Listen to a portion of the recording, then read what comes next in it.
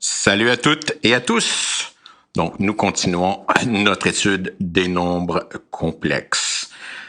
Jusqu'à maintenant, les nombres complexes, c'est simplement des points dans le plan cartésien, que tu parles du point AB ou du nombre complexe A plus BI, c'est la même affaire. Sauf que les nombres complexes ont des opérations. L'opération qu'on a couvert jusqu'à maintenant, ou les opérations qu'on a couvert jusqu'à maintenant, c'est l'addition de nombres complexes ou la soustraction de nombres complexes. Mais ces opérations-là sont carrément empruntées de la version géométrique de l'addition ou la soustraction de deux vecteurs. Mais les nombres complexes ont aussi une autre opération, ou deux autres opérations, la multiplication et son inverse, la division. Mais pour pouvoir parler de multiplication, il faut faire un peu attention, il faut introduire deux concepts géométriques d'un nombre complexe. Donc, le module ou la norme d'un nombre complexe ou la valeur absolue d'un nombre complexe. Et le deuxième truc est l'argument. Donc, allons-y. Puis ça va nous mener vers ce qu'on appelle la forme polaire d'un nombre complexe non nul. Donc, allons-y avec nos définitions. Donc, on va avoir une section sur la forme polaire. OK, donc, première définition. OK, donc, c'est quoi le module d'un nombre complexe? Donc, ici, l'idée, c'est on commence avec un nombre complexe, z est égal à a plus bi dans le plan complexe. Donc, on a la coordonnée x qui est a, donc la partie réelle. On a la coordonnée y qui est b. Puis, on veut définir tout d'abord le module ou la valeur absolue d'un nombre complexe. Donc, la notation pour le module, c'est la valeur absolue de z. Donc, ici, la valeur absolue, c'est quelque chose de géométrique. Donc, qu'est-ce qu'on fait? C'est qu'on prend le point qui correspond à la position du nombre complexe. Donc, on a notre point de notre complexe. Et qu'est-ce qu'on va aller faire? C'est qu'on va calculer la distance entre le point du nombre complexe et l'origine. Donc, ici, si je dessine en mauve, donc, boum, voilà la distance, si on veut, pas si on veut, mais voilà la distance entre le nombre complexe A plus BI et l'origine. Puis le module ou la valeur absolue ou la norme du nombre complexe, c'est cette distance-là. Donc ici, comment on va faire pour calculer ça? Donc, si vous êtes bien averti, donc qu'est-ce qu'on a? Ben, la distance entre le point Z et l'origine, ben, c'est l'hypoténuse d'un triangle rectangle. Donc, si on a la base qui est donnée par la partie réelle A et on a la hauteur, boum, qui est donnée par la partie imaginaire B.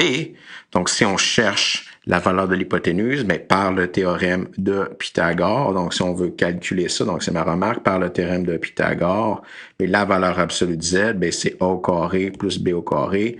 Tu additionnes en racine carrée, that's it, that's all. Tu as le module ou la valeur absolue ou la norme du nombre complexe. Donc, pas rien de sorcier, mais on a besoin de ce module-là pour la forme polaire. Donc, c'est quoi le module ou la valeur absolue d'un nombre complexe?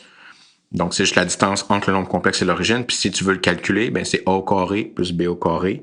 Puis, tu fais la racine grâce au théorème de Pythagore. All right. La prochaine définition, c'est quoi l'argument d'un nombre complexe? Ici, la notion d'argument commence sur un nombre complexe qui est non nul. Okay? Donc, le nombre complexe est non nul. Donc, si le nombre complexe qui nous intéresse, c'est 0, on ne demandera pas de calculer l'argument. Okay? Donc, ici, l'argument, c'est vraiment pour n'importe quel nombre complexe qui n'est pas à l'origine. Okay? Puis, typiquement, l'angle que moi, je vais utiliser, c'est phi. Dans certains livres, on utilise bien sûr θ souvent. Donc ici, c'est quoi l'argument d'un nombre complexe? Donc, qu'est-ce qu'on doit faire? C'est qu'on doit calculer l'angle. Donc, c'est vraiment géométrique comme définition. Donc, on a notre nombre complexe A plus BI, puis on veut calculer l'angle entre les deux droites suivantes. La première droite, c'est l'axe réel positif. Donc, j'ai mon axe réel positif.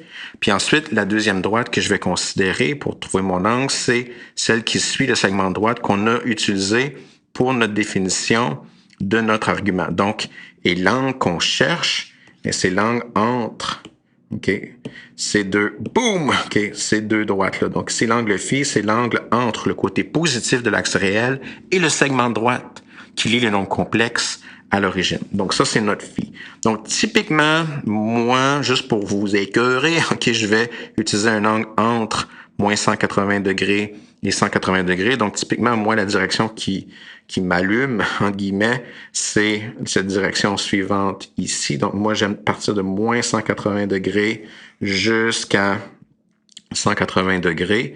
Mais si vous décidez de partir de 0 à 360, 0 à 360 degrés, c'est bien correct aussi. OK? Donc voilà ce qu'est l'argument d'un nombre complexe. Donc, en général, si vous êtes dans le premier cadran, votre angle devrait être, donc dans le premier cadran, votre angle devrait être entre 0 et 90 degrés. Si vous êtes dans le deuxième cadran, votre angle devrait être entre 90 et 180 degrés. Voyons, OK. 180 degrés. Pour les cadrans 3 et 4, ça dépend bien sûr de votre manière de le faire. Donc, si vous y allez de façon intuitive, la plupart d'entre vous, vous préférez dire que votre angle, donc après 180, ça va être entre 180. Donc, dans le troisième cadran, c'est entre 180 et 270 degrés. Pour le quatrième cadran, le monde va dire que c'est entre 270 degrés et 360 degrés. Par contre, moi, souvent, dans le quatrième cadran, je vais dire que ça va être entre moins 90 et 0 degrés. Donc, j'y vais en reculons. Puis pour le troisième cadran, ça va être entre moins 180 degrés et moins 90 degrés. Les deux vont être acceptés. Donc, pour les cadrans 3 et 4, les deux possibilités. Les deux vont marcher parce que c'est des angles. Si on parle de l'angle de moins 45 ou de 315 degrés, c'est le même angle qu'au terminaux. Okay? Donc, choisissez la forme qui vous convient. Okay? Ça me dérange vraiment pas. All right. La prochaine remarque, donc une remarque qui va nous mener vers cette fameuse forme polaire d'un nombre complexe. Donc, en passant, ceux qui se disent « What the hell is going on with forme polaire? » Donc, lorsqu'on présente un nombre complexe écrit sous la forme A plus BI, ça, c'est ce qu'on appelle la forme cartésienne, okay, ou rectangulaire d'un nombre complexe. La forme polaire, c'est juste une autre manière. Puis bien sûr, qu'est-ce que ça utilise, la forme rectangulaire? Ben, ça utilise la coordonnée X, donc la partie réelle, et la coordonnée Y, donc la partie purement imaginaire, BI, pour positionner. Donc, si tu connais la position X, la position Y, tu as les coordonnées cartésiennes de ton nombre polaire. Mais si tu as le module, okay, si vous connaissez le module de nombre complexe que vous travaillez avec et son argument correspondant, mais vous pouvez aussi décrire ou positionner un nombre complexe dans le plan complexe en utilisant justement son module et son argument. Comme par exemple, je pourrais dire comme j'ai un nombre complexe qui est à 2 unités de l'origine. Mais bien sûr, ça serait pas assez. Si je dis j'ai un nombre complexe à 2 unités de l'origine, j'aurais un gros cercle entre guillemets de possibilités. Donc, si je dis, OK, voilà mon cercle, si on veut, de possibilités, ben, je n'ai un gros paquet de nombres complexes qui sont à 2 unités de l'origine. Donc, je peux pas juste dire, OK, j'ai un nombre complexe à 2 unités de l'origine. Il faut que je précise sur ce cercle-là de rayon 2 lequel nombre complexe qui m'intéresse. Mais le truc, c'est relativement simple, entre guillemets. Ben, c'est de dire, ben, je vais simplement donner l'angle. Donc, si je dis que je suis à 2 unités, mais avec un angle, disons, de 30 degrés, puis là, j'ai juste un seul nombre complexe. OK, j'ai un seul nombre complexe qui vient, OK, être le candidat dans le plan complexe. Puis ça, c'est la coordonnée polaire, c'est quelque chose qu'on utilise là, dans l'armée. Hein, quand on dit hey, il y a un tank à 2 heures à 2 kilomètres, ben quand c'est exactement la même idée. Donc on sait que midi c'est en face, 2 heures, ben c'est à quelques degrés si on veut là, vers la droite, puis 2 kilomètres, mais tu sais exactement où ton target. Donc c'est la même chose ici avec la forme polaire, pas la forme polaire, mais avec le module et l'argument, mais je peux positionner tout nombre complexe dans le plan.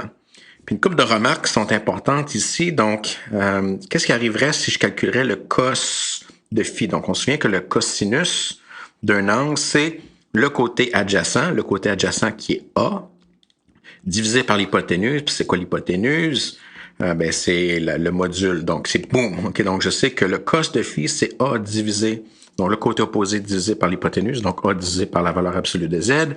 Puis, si on isole A dans ce calcul ici, donc simplement en multipliant par la valeur absolue à gauche, bien, on obtient une formule, okay, pour A en fonction, boum, okay, en fonction du module et de l'argument. Donc, j'ai vraiment une formule pour A qui dépend, donc qui dépend de la valeur absolue. Oh, une seconde.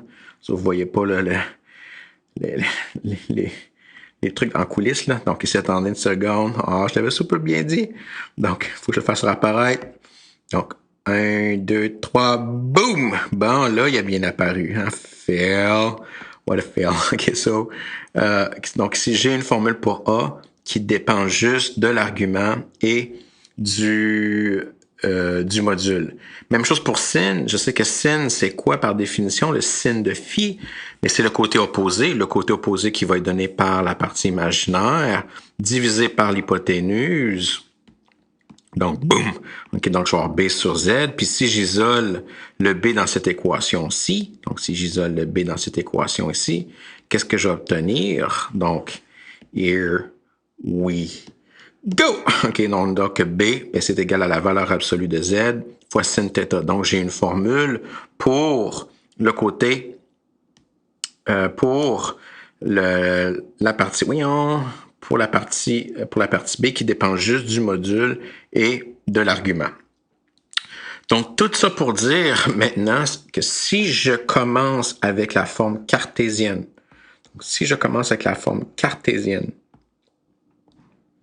OK, donc ici, boum, OK, donc j'ai que Z est égal à A plus BI. Maintenant, qu'est-ce que je peux faire? C'est que je peux utiliser mes formules fraîchement calculées pour A et pour B. Donc ici, j'ai une formule pour A, j'ai une formule pour B. Donc, je me débarrasse, si on veut, des coordonnées X et Y. Je sais que A, lui, est égal à la valeur absolue de Z fois cos de phi. Je sais que B, c'est égal à la valeur absolue de Z fois sin θ. Donc, en me débarrassant du A et B avec les formules que j'ai fraîchement calculées dans ma remarque, j'ai que, boum, OK, je peux réécrire mon A plus BI, la forme cartésienne, en valeur absolue de Z fois cos phi, plus valeur absolue de Z fois sin phi fois I. Donc, j'ai ma formule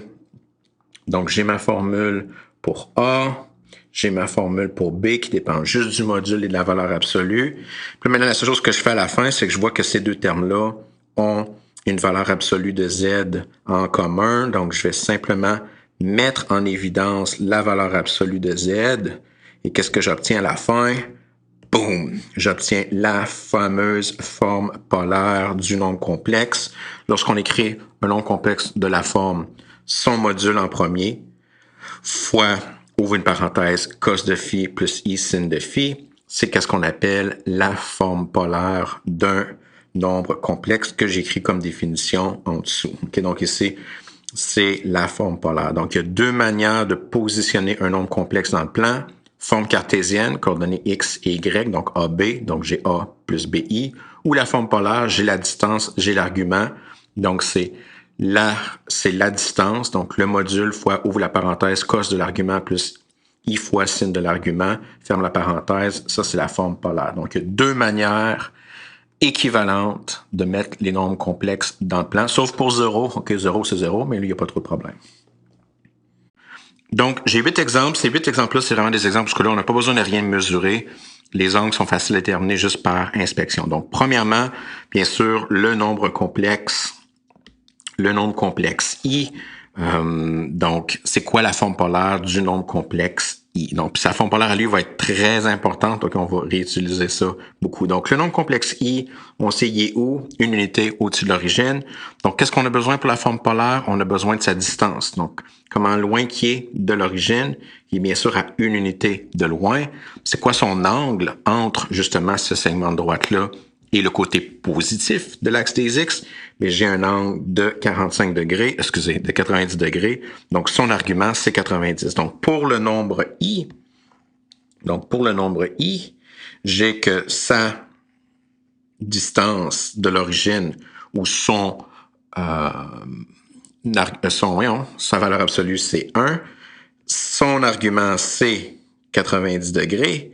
Donc, sa forme polaire, donc on écrit toujours, OK, sa valeur absolue en premier, donc il est à 1 distance. Puis même quand c'est 1, c'est un peu weird, là, mais même quand c'est 1, on écrit le 1. Donc, c'est 1, ouvre la parenthèse, c'est toujours cos de 90. Pourquoi 90? Parce que c'est l'argument plus i fois sin de 90.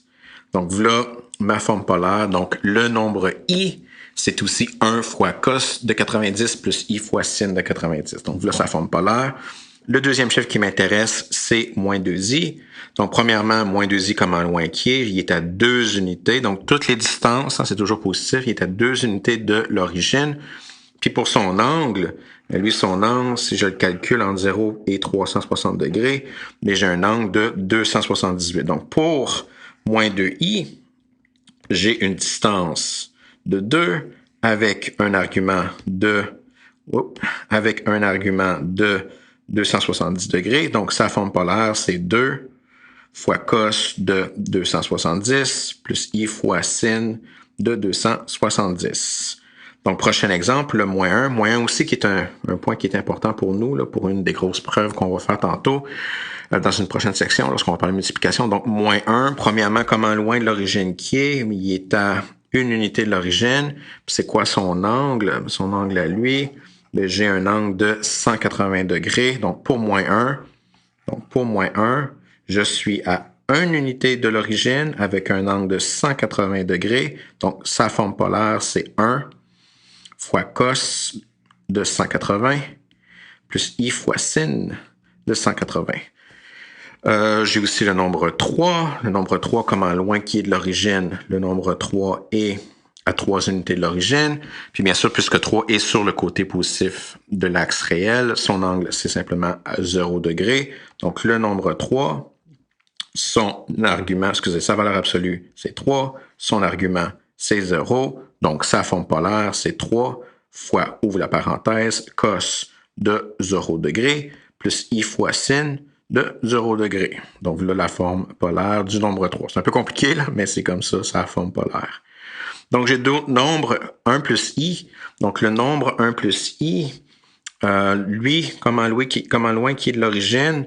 Donc, lui fait partie d'un triangle rectangle où ce que sa base et sa hauteur, c'est égal à 1. Donc, la valeur absolue de i, de 1 plus i, ben, ça va être 1 au carré plus 1 au carré. Donc, j'utilise le théorème de Pythagore, ce qui va me donner racine de 2. Puis en passant, que je parle de 1 plus i, donc on peut toutes les faire en même temps, là, les autres, là, que je parle de 1 plus i, de moins 1 plus i, de moins 1 moins i, ou de 1 moins i, tous ces nombres complexes-là ont la même distance de l'origine qui est racine de 2. Donc, pour 1 plus i, moins 1 plus i, voyons, pour moins 1 plus i, pour moins 1 moins i et 1 moins i, ils ont toutes le même module, okay, donc qui est racine de 2, okay, par le théorème de Pythagore. Qu'est-ce qui va changer? C'est les angles. Le premier angle, okay, qu'on a pour le premier nombre complexe, 1 plus i, dans le premier cadran qui va être entre 0 et 90 degrés. Mais lui, je le vois là, juste par symétrie des choses. Okay, je vais le faire envers eux autres. Donc, je vois que l'angle est 45 degrés. Donc, j'ai un angle de 45 degrés pour 1 plus i. Donc, un angle de 45 degrés pour 1 plus i. Puis l'autre, pour moins 1 plus i. Bien sûr, qu'est-ce que j'ai? Mais j'ai simplement à rajouter 90 degrés. Donc, l'angle ou l'argument pour moins 1 plus i, mais ça va être 135 degrés. Donc, si je pars de le côté positif de l'axe x, je vais jusqu'au nombre 1 moins 1 plus i, je vais avoir 135 degrés ou 180 moins 45 degrés. Donc ici, j'ai mon angle ou j'ai mon argument de 135 degrés. Pour moins 1 moins i, donc je vais juste continuer. Donc à chaque fois, je fais juste rajouter le 90 degrés. 135 plus 90, ça va me donner 225. Puis finalement, pour le dernier nombre complexe, 1 moins 1 moins, oh, belle flèche, 1 moins i, mon argument, donc je fais juste rajouter 90 degrés, je vais avoir 225 plus 90 qui va donner 315. Puis qu'est-ce que j'ai pour vous? Bien sûr, à côté, j'ai tout fait les formes polaires. Je ne vais pas toutes les lire, je vais peut-être sur le premier. Donc, la forme polaire de 1 plus i, ça va être racine de 2 fois cos de 45 plus i sin de 45. Donc, j'ai ma forme polaire pour mon premier nombre complexe. Puis, de façon similaire, la seule chose qui change entre celui-là et les autres, c'est l'angle qui passe de 45, plus 90 à 135, plus 90 à 225, plus 90 qui nous donne 315. Mais encore une fois, là, c'est presque impossible, OK, de calculer les formes polaires si on ne peut pas visualiser où c'est qui est. Parce que si vous essayez juste de trouver une formule qui calcule les formes polaires, bonne chance. OK? Donc ici, il faut utiliser son intuition. Puis même si c'est un peu de trigonométrie, c'est de la trigonométrie de base. Là, OK? Donc c'est vraiment les affaires qu'on montre aux enfants. Là, avec ton rapporteur d'angle puis ta règle, OK, tu peux calculer la forme polaire d'un nombre complexe. Tu fais juste mesurer de comment loin qui est de l'origine, puis tu utilises ton rapporteur d'angle pour figurer l'angle. OK? Donc, that's it pour cet exemple-là.